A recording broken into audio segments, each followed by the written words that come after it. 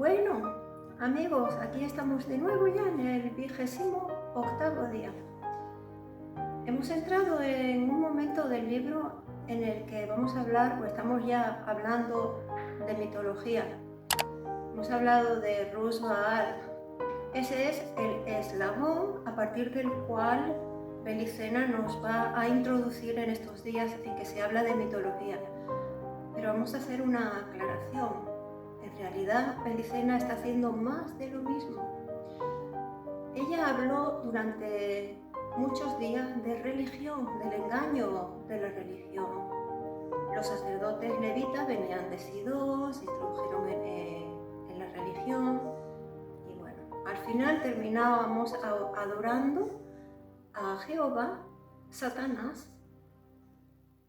Con la mitología está haciendo exactamente lo mismo. De hecho, a este día lo vamos a llamar dioses y cultos, porque tras los dioses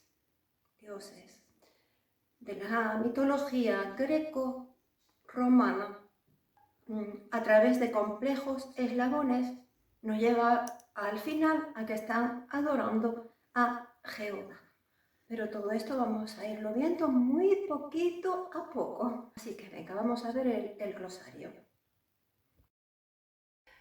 28º día, dioses y cultos. Cuando hemos hecho la lectura completa de este día, nos damos cuenta que está abordando 4 temas o 4 cultos o 4 mitos, llamémosle como le llamemos. Y es por eso que he dividido este día en 4 apartados, cada uno con su glosario. Así que vamos a empezar ya viendo uno por uno. Así que haremos, digamos, un índice y con el índice iremos haciendo simultáneamente el glosario de esa parte en la que se habla en el libro. Así que, bueno, aquí tengo ya la pizarra. Vamos a empezar a ver esto. Bueno, venga, vamos a verlo. En esta pizarra vamos a hablar de 2 ciudades, de Huelva y de Granada, pero vamos a ir paso a paso. Mira, Huelva es una ciudad de España. ¿Y por qué habla de ella? Porque se rinde culto a Baal, que en última instancia es Jehová. Bien, bueno. En Huelva está la Peña de Saturno. En la Peña de Saturno está el templo de Rus Baal, que fue dedicado por orden cronológico primero a Baal Talmud, un aspecto de Jehová. Luego el fuego frío durante una época, pero luego otra vez se dedicó a Baal Moloch, y luego se dedicó a Perséfone. ¿Y quién es Perséfone? Pues Perséfone es Freya, pero la desvirtuaron y la degradaron, o sea, adoraron en Rus Baal a una Perséfone que no tenía absolutamente nada que ver con Freya. Bien, he puesto aquí un asterisco. ¿Por qué? Para los griegos era Perséfone, para los romanos se llamó Proserpina, para los hebreos era Gran Madre Binah. Binah significa inteligencia, es decir, estaban adorando a través de Perséfone fría a la Gran Madre Inteligencia, o sea, al aspecto inteligente de Yahvé. Aquí lo pongo, Gran Madre Binah es la inteligencia que Yahvé infunde en el cerebro. Esto es lo que se estaba adorando en Rus Baal a través de Perséfone. Bien. Hablamos de Baal. Es un dios cartaginés que significa demonio, señor, propietario. Belicena nos dice que tiene distintos nombres. en Fenicia. Baal Sidón, en la ciudad de Sidón. Baal Sur, en la ciudad de Tiro. Baal Tars, en la ciudad de Tarsis. Además tiene otros 3 aspectos. Baal Chon significa el portador. Baal Tamut, Baal el conservador o aspecto de el conservador. Baal Moloch, aspecto de Baal como el destructor. Por último, voy a comentar esto que he puesto aquí en azul. El Jehová hebreo es el Cronos griego y es el Saturno romano. Y ahora me voy a volver porque quiero comentar. Aquí hay muchos nombres. Esto es un diccionario, un glosario es un diccionario y es el primer contacto que estamos teniendo con estas palabras, estos nombres. Quiero decir que vamos a ir asimilándolos poco a poco, la memoria funcionará a largo plazo. De momento es el primer contacto que tenemos con estos nombres. Sería interesante pues tener el glosario delante para poder ir consultando cuando aparezca algún nombre. Pero veréis como pronto nos vamos a ir familiarizando con todo esto, al igual que nos familiarizamos con todo lo que se habló de religión, todo lo que se habló pacto de sangre, pacto cultural, y al final pues ya nos resuena como algo nuestro. Así que bueno, ya me vuelvo hacia la pizarra y vamos a ver el segundo apartado de este día.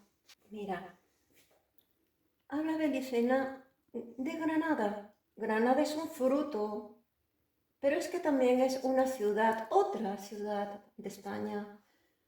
En esta ciudad se rinde culto a Rimón Binaj. Rimón es la palabra hebrea que significa Granada y en última instancia, como ya digo, pues se está adorando a Jehová. Mira, en el griego habitual, Granada es la palabra Rodi, pero esto hay que olvidarlo. ¿Por qué? Dice Belicena que Granada, en este contexto, en griego se dice Side, escrito así, Side. ¿Por qué? Mirad, es como una figura lingüística. Granada en griego se dice Side porque la granada es el atributo de una diosa que se llama Side. Entonces, se está diciendo el nombre de la diosa en lugar del atributo. Granada, que en griego se dice Side, en hebreo se dice Rimón. ¿Veis lo que vimos arriba? Rimón Binaj. Es Granada. Side es, como dije, el nombre de una diosa relacionada con la granada. Para los hebreos, Side es la madre de Egipto o también la llaman Rimón Binaj. Traducido, Rimón Binaj, Granada sabia.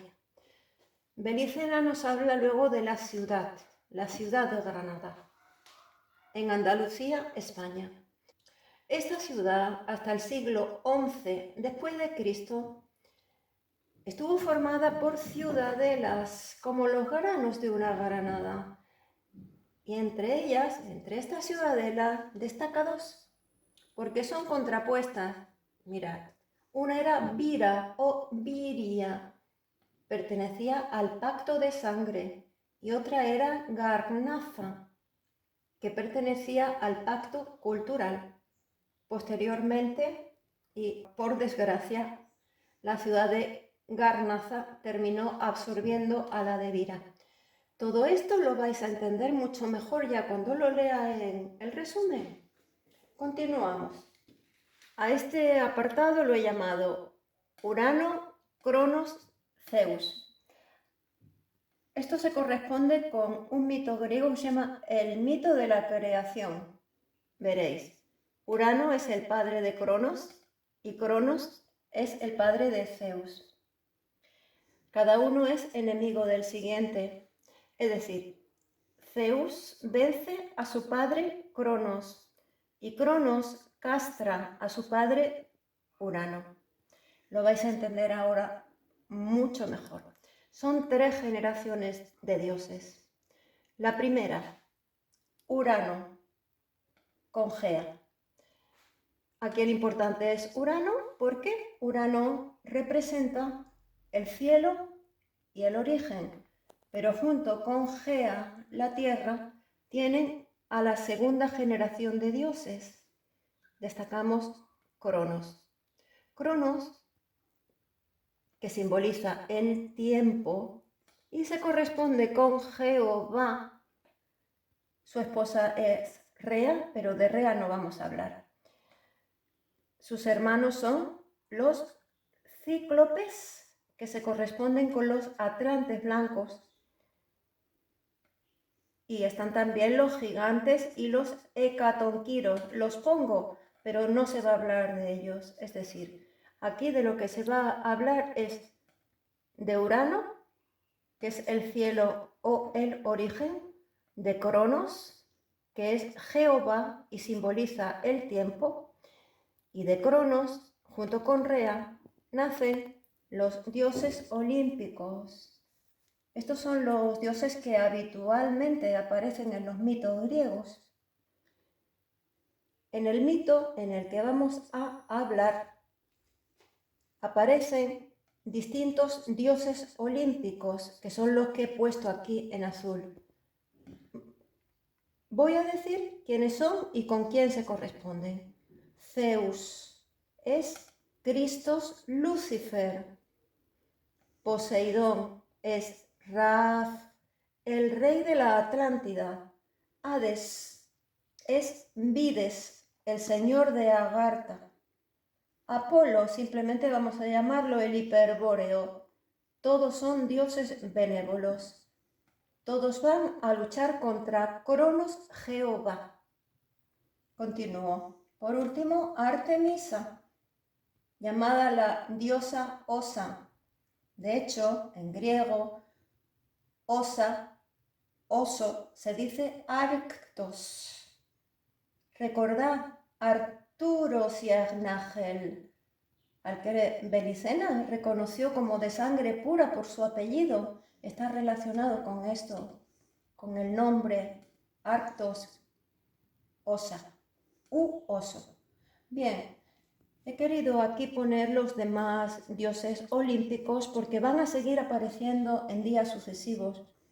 Están Demeter, que es Ama, Dionisio, Atenea, Hera, Ares, Afrodita, Hestia, Hermes y Hefesto. Y repito, todo esto no tenéis que memorizarlo. Aquí lo tenéis para que lo vayáis asimilando poco a poco. Y vamos ya al último apartado. Demeter, Perséfone. Es un mito griego que vamos a contar, vamos a resumir. Demeter es la madre de Perséfone. Demeter es la diosa ama o se corresponde y Perséfone es Freya, la hija de Demeter en el mito griego. Pero aquí ocultan algo, en el mito griego ocultan algo fundamental y luego lo vamos a ver. ¿Quiénes intervienen en este mito? Zeus, que hemos dicho que es Cristos Lucifer.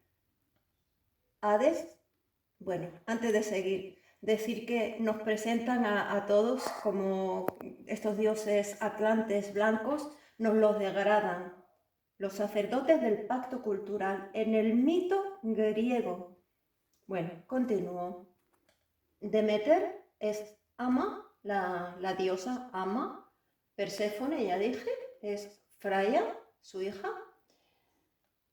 Hécate es una maravillosa diosa atlante blanca que representa la triple naturaleza humana. Esto es en el mito original hiperbóreo, sin embargo aquí nos la degradan a bruja. En el mito griego, ¿veis? Están degradados y además omiten la existencia de un personaje fundamental. ¿Por qué?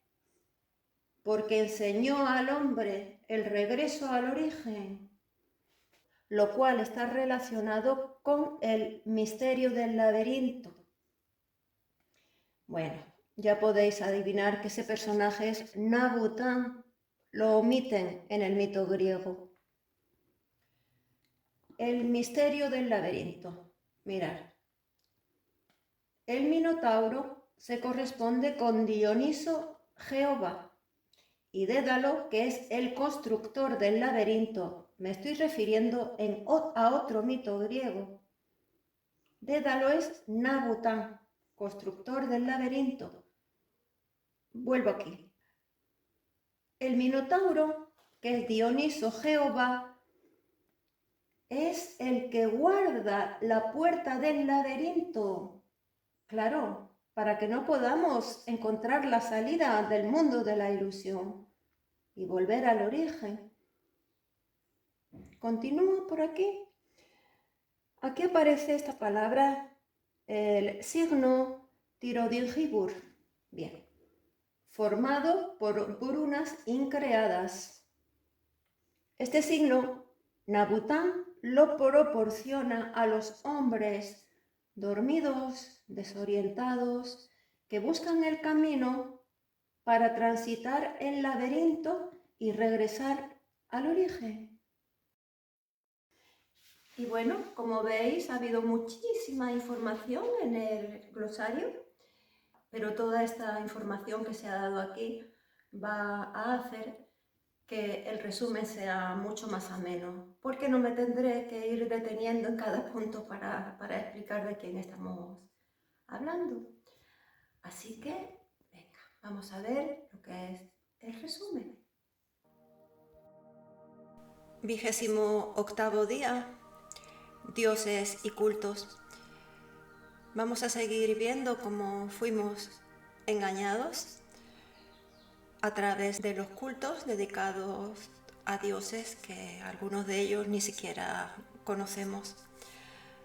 Bien, vamos a empezar ya con el primer apartado y vamos a hablar de Huelva, la peña de Saturno y el templo de Rus Baal.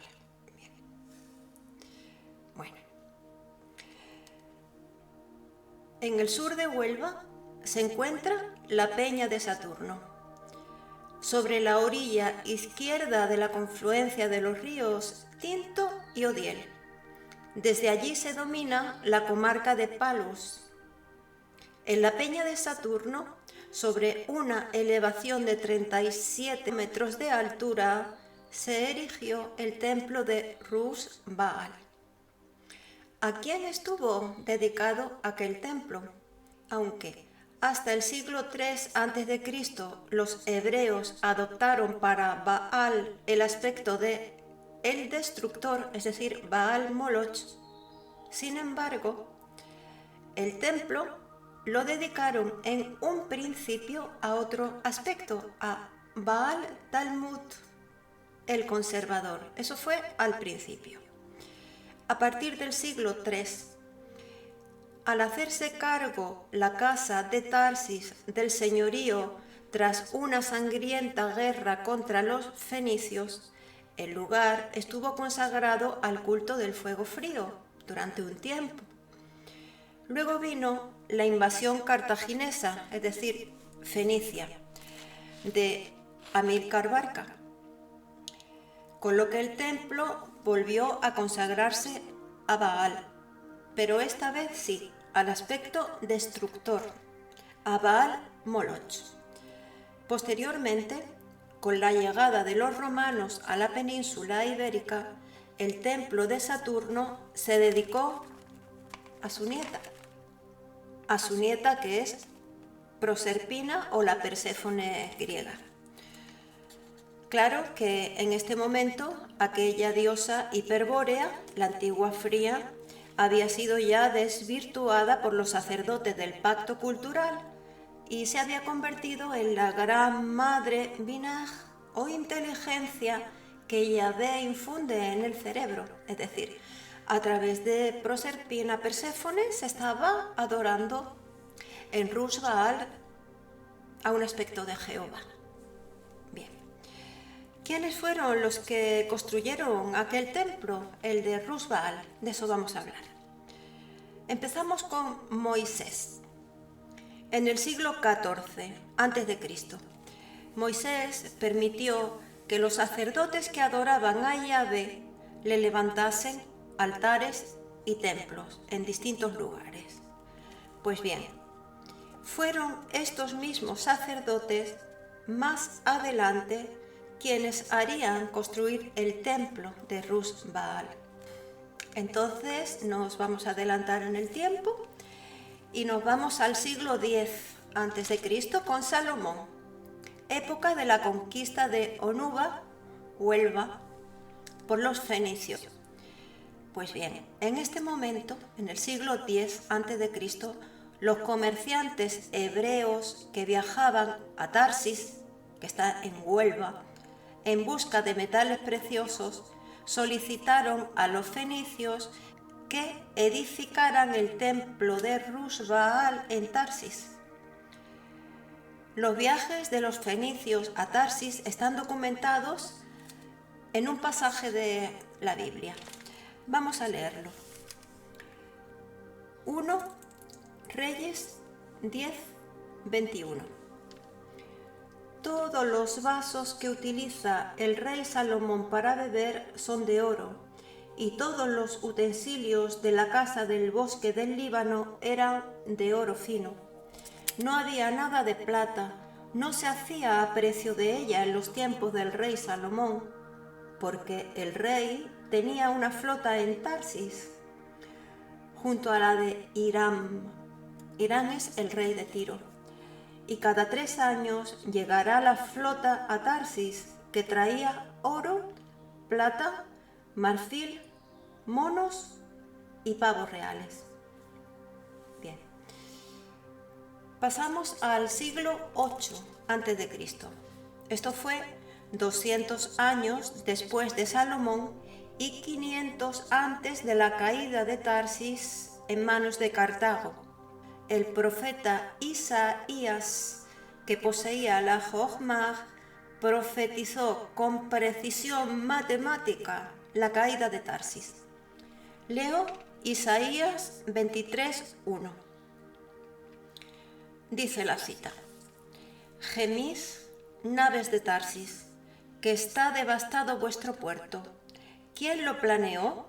Yahvé Sebaoth lo planeó, para profanar el orgullo, para envilecer la gloria de todos los señores de aquel país. Bien, aquí hemos terminado con este apartado que hemos llamado Huelva y vamos al segundo, en el que vamos a hablar de Granada.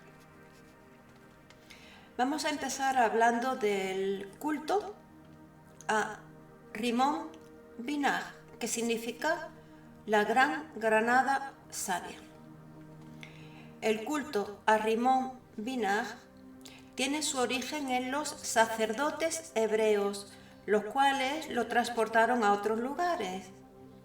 Así lo transportaron a Grecia, donde se practicaba el culto a Rimón Binah con el nombre de Side o Divina Madre de Egipto, bajo los auspicios del rey Salomón. También transportaron este culto los sacerdotes hebreos a las colonias fenicias, entre las cuales se encuentra Granada, la ciudad de Granada. De hecho, los árabes de Granada nombraron a Granada con el apelativo hebreo Rimón, derivando en Román. De ahí que durante algún tiempo Granada, la ciudad de Granada, se llamó Castillo de Granada. Belicena nos hace un poco de historia de la ciudad de Granada, lo vamos a hacer muy, muy cortito. Hasta el siglo XI después de Cristo, la ciudad actual de Granada no era la entidad urbana que conocemos, sino que estaba formada por diferentes ciudadelas fortificadas muy cercanas entre sí, como los granos de una granada. Mencionaremos a dos de estas ciudadelas, Vira o Viria y Garnaza.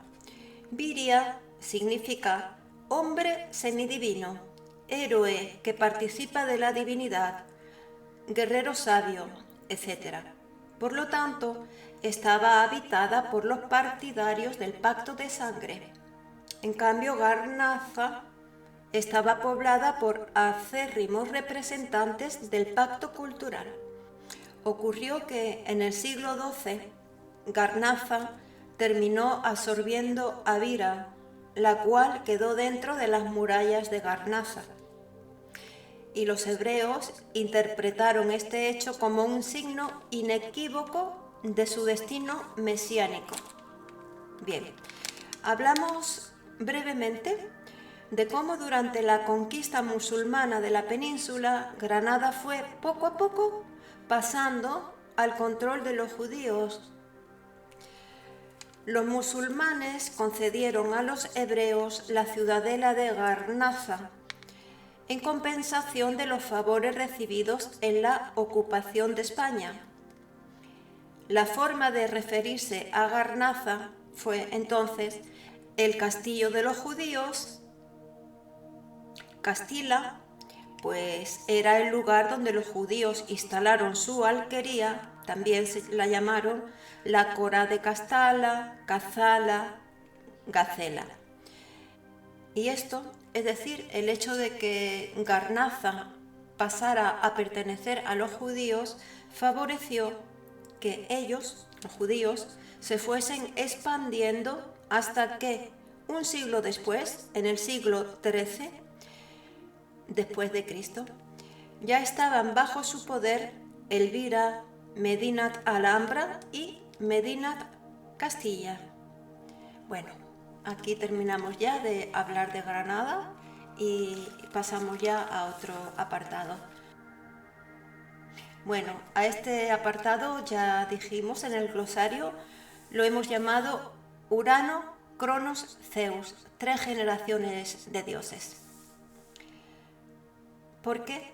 ¿Por qué lo hemos llamado así? En mitología griega, cada uno es hijo del anterior y además enemigo.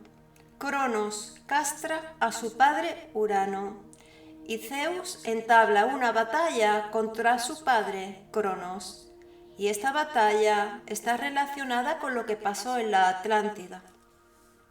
Pues bien, vamos a empezar estableciendo la correspondencia de los dioses griegos con los hiperbóreos para poder entender la historia.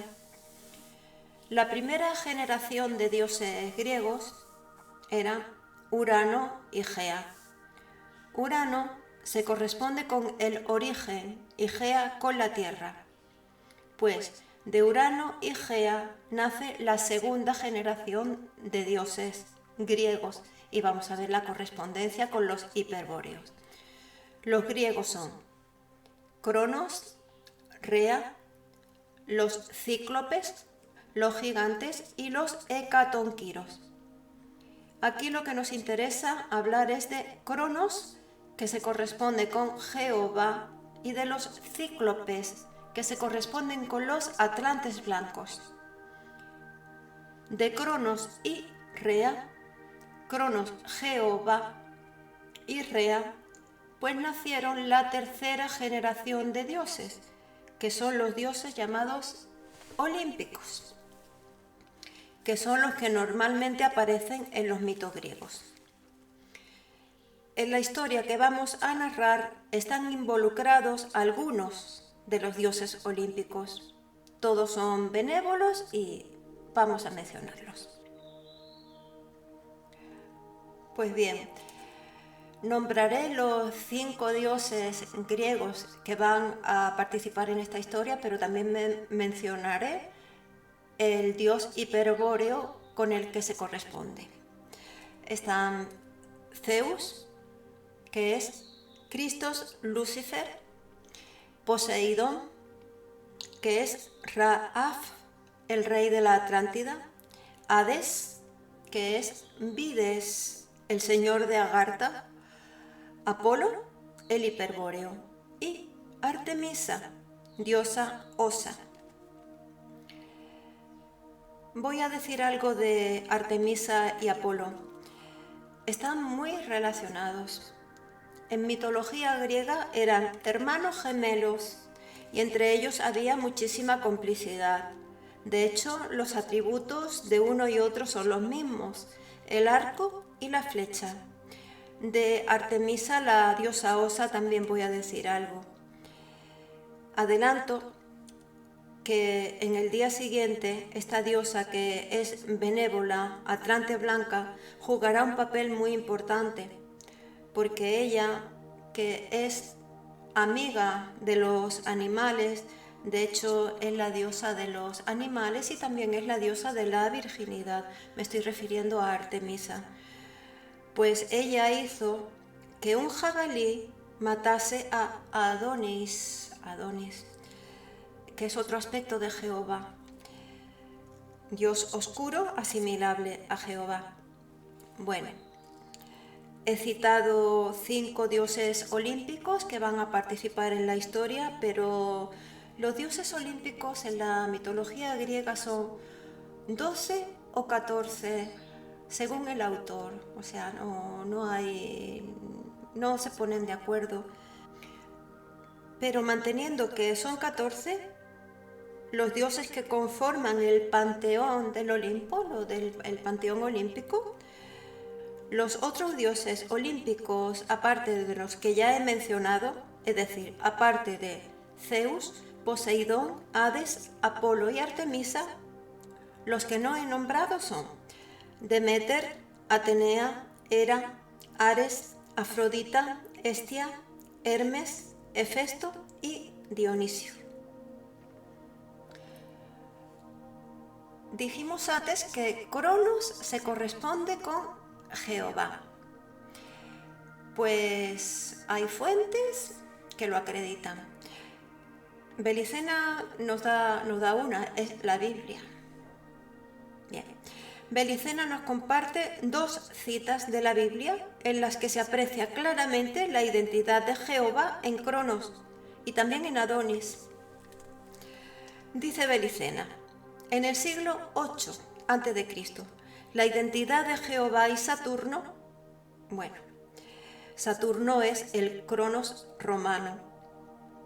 O sea, Cronos y Saturno son el mismo dios en distintas mitologías. Bien, la identidad de Jehová y Saturno estaba establecida en el siglo VIII y aceptada por los sacerdotes del pacto cultural. Claro, Saturno es el dios romano que se corresponde con el Cronos griego, es decir, Jehová, Saturno, Cronos son el mismo dios. Y en esta misma cita también vemos a Adonis asimilado con Jehová. Vamos a la cita. Amos 5:26. Dice Yahvé, cuyo nombre es Adonai Sebaoth. Ya lo tenemos ahí. Jehová y Adonai o Adonis. Dice Yahvé, vosotros habéis llevado al santuario a Sakut, Saturno o Cronos, el ídolo de vuestro Dios. Bien, esta es la cita.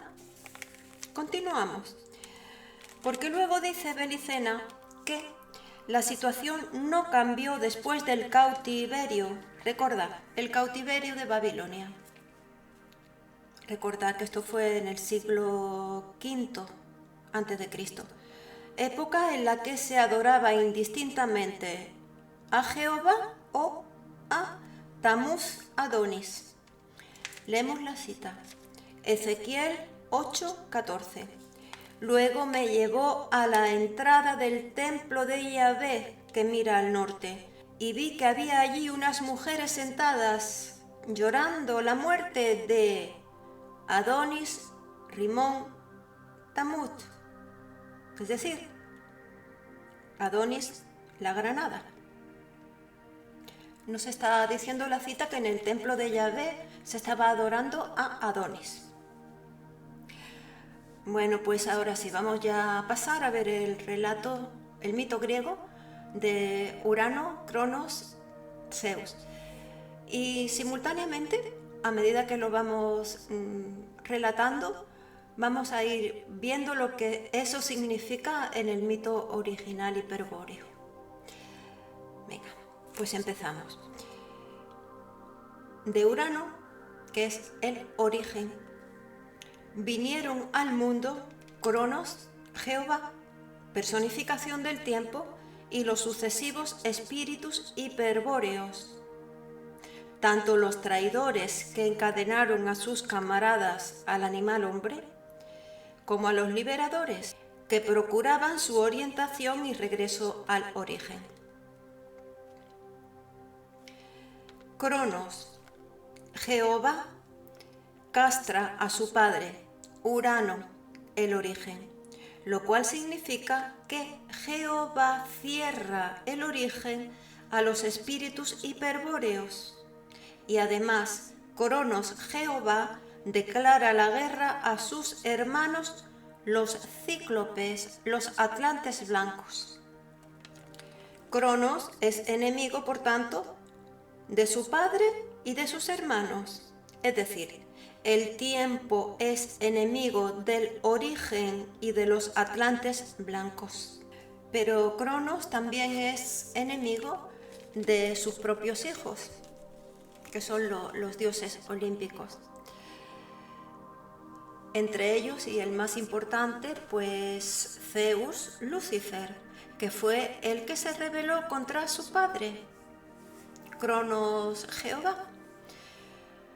Los cíclopes, los atlantes blancos, constructores de armas, proporcionaron armas a Zeus, Lucifer, y a otros de sus hermanos para luchar contra Cronos, Jehová. Vamos a ver las armas que los cíclopes proporcionaron a los dioses olímpicos. A Zeus, Lucifer, el rayo, el relámpago y el fuego. A Poseidón, Raaf, rey de la Atlántida, les proporcionaron el tridente. A Hades, Vides, el señor de Agartha, los cíclopes le proporcionaron el casco de la invisibilidad. Y a los gemelos, Apolo el hiperbóreo y Artemisa, la diosa Osa, el arco y la flecha. Los cíclopes, atlantes blancos, acudieron a las tierras infernales donde habitaba el animal hombre para ayudarlos, pero iban perseguidos muy de cerca por Cronos, Jehová, es decir, por los atlantes morenos. Posteriormente Zeus, Cristo es Lucifer, descendió a la Atlántida para llevar el grial, el que posibilita la orientación y liberación del espíritu encadenado a la materia. Y se entabla la batalla entre Zeus Lucifer y su padre, Cronos Jehová. Zeus tiene como colaboradores a los cíclopes, que son los atlantes blancos, a Poseidón, que es Raaf, el rey de la Atlántida, y a Hades, que es Vides, el señor de Agartha. Bueno, finalmente Zeus Lucifer gana la batalla contra Cronos Jehová y afianza su poder en la región olímpica de la tierra. El Olimpo en la tierra, Katagar o Agartha. Y a partir de entonces, cada uno de los dioses mencionados se instala en un lugar del universo. Zeus Christos Lucifer, como ya se dijo, pues se instala en Agartha, pero va y viene, es decir, a partir de su puerta puede pasar a su verdadero domicilio en el cielo, Venus o el origen. En cambio, Hades Vides, que también se instala en Agartha, se queda, permaneciendo allí como señor de la morada terrestre de los dioses liberadores del espíritu del hombre. Bueno, y hasta aquí es todo lo que vamos a hablar o hemos hablado ya de este apartado y de este mito. Bien, pasamos ya a hablar de otra cosa.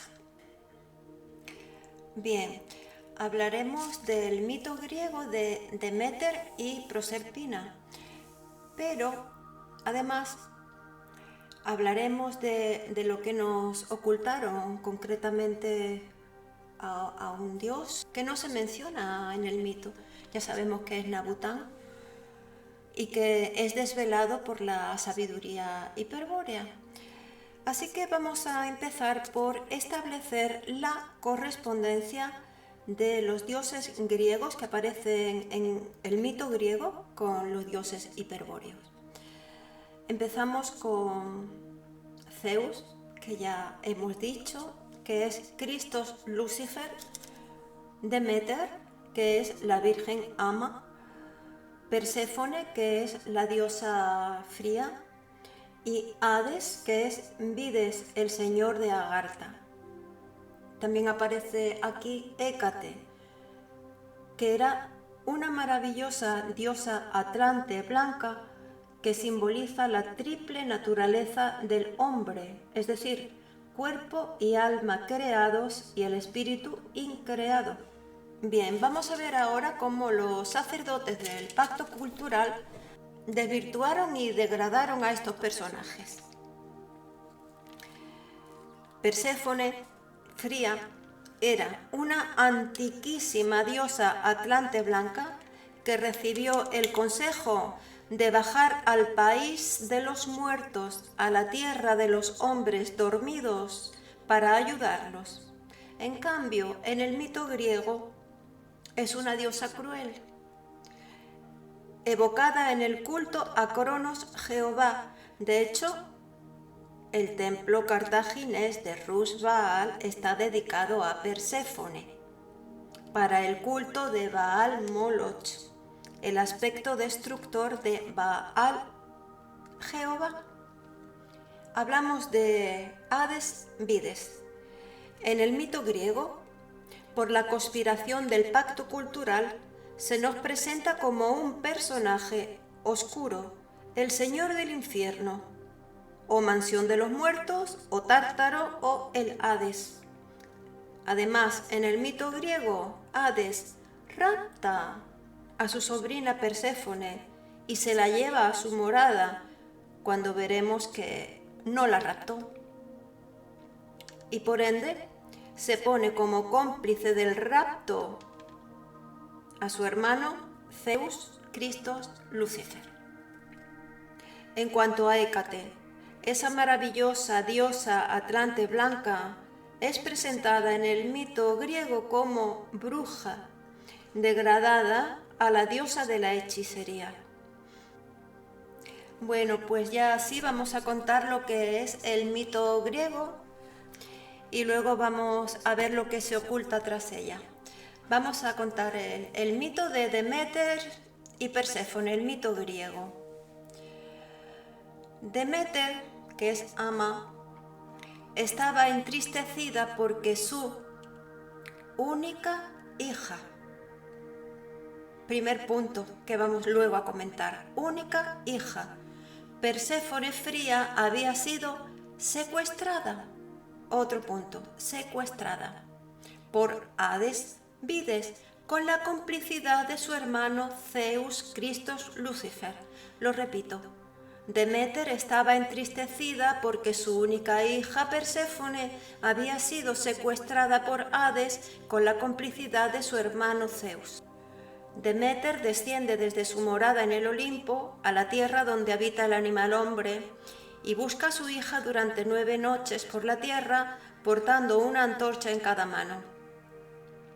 Al cabo de 9 noches, Deméter se encuentra con Hécate en un cruce de caminos y Hécate le comunica a Deméter que su hija se encuentra en la mansión de Hades, es decir, en el inframundo o región de los muertos. Deméter, que es ama, desciende al Tártaro, al inframundo. Y una vez allí comprueba que su hija no puede regresar con ella al Olimpo porque ha comido algo en el mundo de los muertos, un grano de granada, y quien prueba algún alimento en el mundo de los muertos tiene que permanecer allí para siempre. El mito termina con el pacto entre Deméter y Hades. Perséfone pasará alternativamente un tiempo con cada uno, un tiempo en el Olimpo y otro tiempo en el mundo de los muertos. Bien, hasta aquí hemos resumido muy brevemente este mito.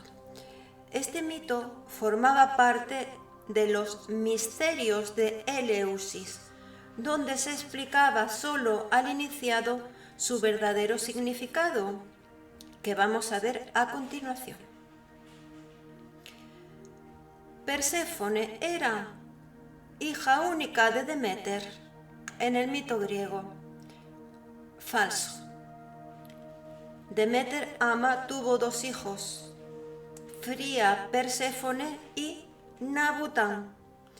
Nabután es esposo y hermana espiritual de Fría Perséfone. Aquí entraríamos en el misterio de la pareja original de los espíritus increados. Pero esto de momento queda aquí. De lo que sí vamos a hablar ahora es por qué los sacerdotes del pacto cultural nos ocultaron la existencia de Nabután. Vamos a verlo. Es muy simple, pues para ocultar su legado. Nabután enseñó a los hombres extraviados y desorientados la forma de salir del mundo de la ilusión, del laberinto. Al final hablaremos del misterio del laberinto. Seguimos ahora con las incongruencias del mito griego, encaminadas, todas ellas, por supuesto, a ocultar la existencia de Nabután. Otro punto. Decíamos, o se dice en el mito griego, que Perséfone fue secuestrada por Hades. Falso. Aquello no fue un rapto. Fría Perséfone decidió voluntariamente acudir a ayudar a Nabután. Por eso descendió al mundo de los muertos, o mundo de los hombres espiritualmente dormidos. Era el impulso de un éxtasis sagrado. Otro punto. Deméter buscó a su hija por la tierra y la encuentra al cabo de 9 noches. Esta es la forma en que los sacerdotes del pacto cultural resolvieron que Fría Perséfone resucita a su esposo hermano Nabután tras pender del árbol granado durante 9 noches. Aquí confunden o hacen una identificación entre Fría y Deméter. ¿Qué es lo que ha pasado aquí? ¿Qué hicieron aquí los sacerdotes del pacto cultural? Pues mirad el enrevesamiento del asunto. Lo que hicieron los sacerdotes del pacto cultural. Para no nombrar a Nabután, fue Deméter la que bajó a ayudar a su hija Perséfone, cuando en realidad fue Fría la que ayudó a Nabután. Es decir, hacen una identificación o una contaminación entre las 2 diosas, Deméter y Fría. Es decir, lo liaron todo. Continuamos. sintetizo lo de las 9 noches. A las 9 noches, en el mito griego, Deméter, que es ama, resucita a su hija Perséfone fría, evidentemente no a Nabután, su otro hijo, puesto que lo que querían evitar era revelar su existencia. Eso es en el mito griego.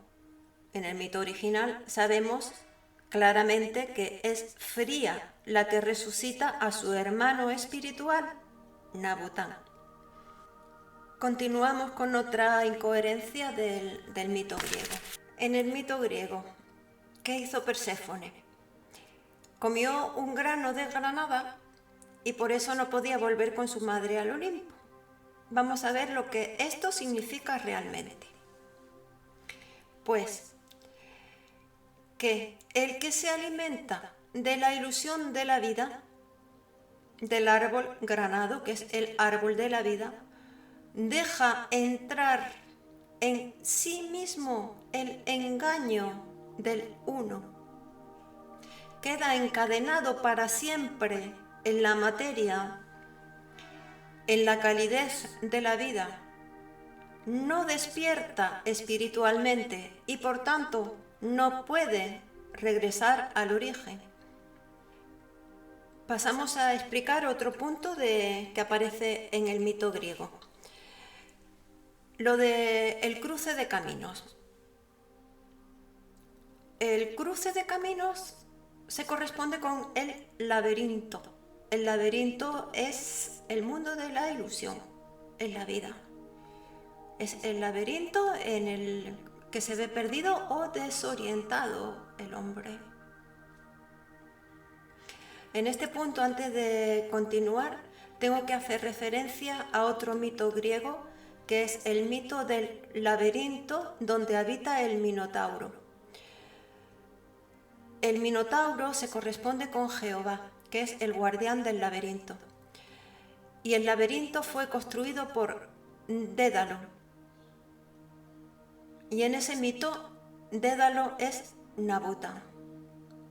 Dicho esto, cierro el paréntesis y continúo.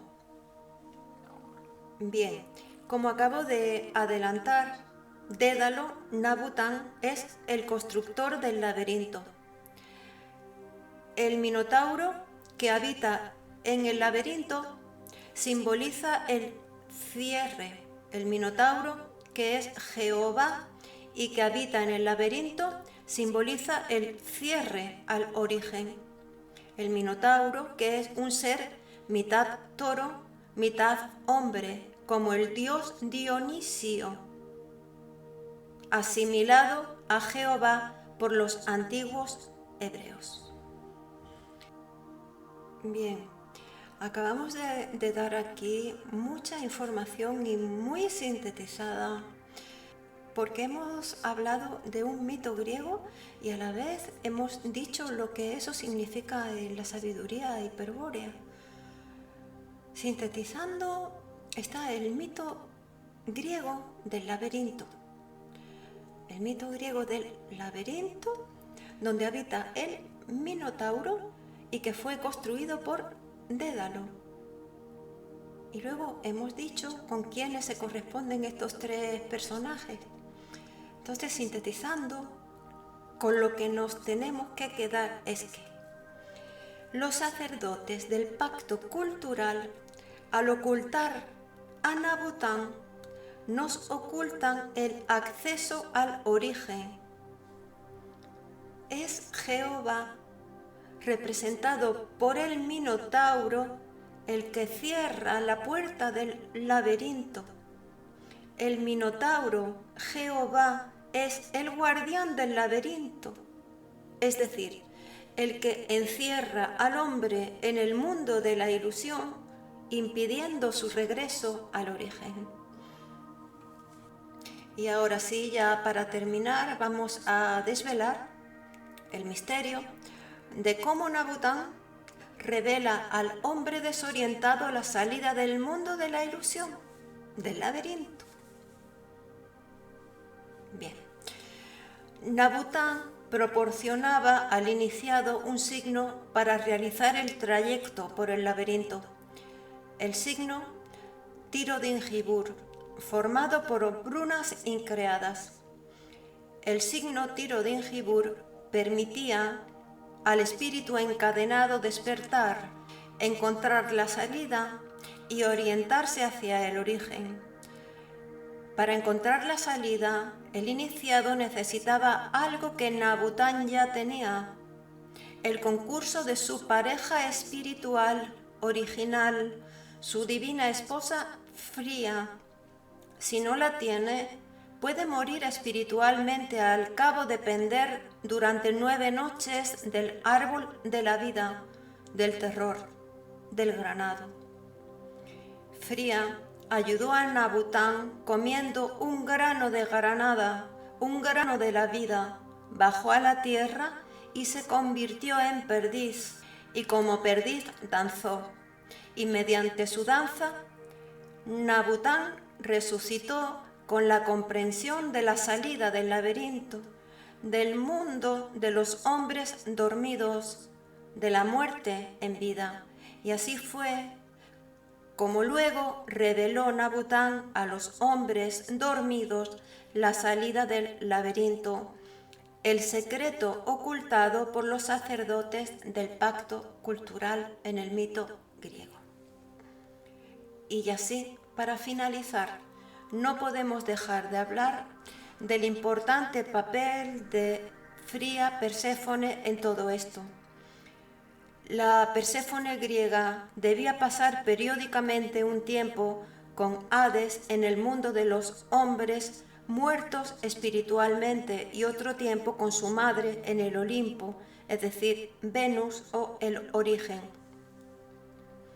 Fría, la diosa Fría, accedió a permanecer periódicamente en el mundo de los hombres dormidos, mostrándose como imagen de la muerte, para darles la oportunidad de trascender la ilusión de la vida, la muerte en vida, con el ritual del fuego frío, y darles la oportunidad de resucitar como hombres de piedra, guerreros sabios, iniciados y hiperbóreos.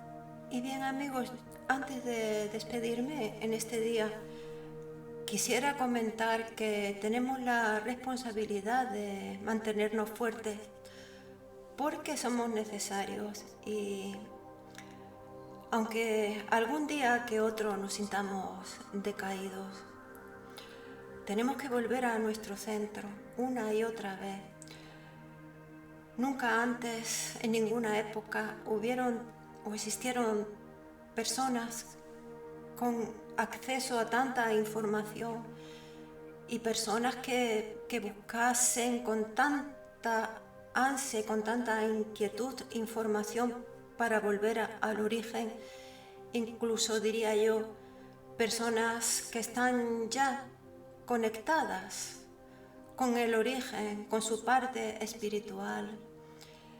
En los cielos se libra una batalla entre los dioses liberadores y los dioses, los secuaces de Jehová, Satanás, que nos quieren tener encadenados en esta máquina que llamamos cuerpo. Están las razas extraterrestres, que es lo mismo dicho en otro lenguaje. Están los luciferinos y los cthulhus en guerra contra los Anunnaki, secuaces de Jehová, Satanás. Pero ellos no pensaron, no contaron con que íbamos a despertar, de que íbamos a ser tantos los que estamos aguantando, soportando sus embates con fuerza, como guerreros sabios, como hombres de piedra, como iniciados hiperbóreos. Así, por eso, en estos días anteriores, he dicho alguna que otra vez: Si algún día os sentís mal, no os sintáis culpables, volved con fuerza a recuperaros 1000 veces las que sean necesarias. Somos necesarios.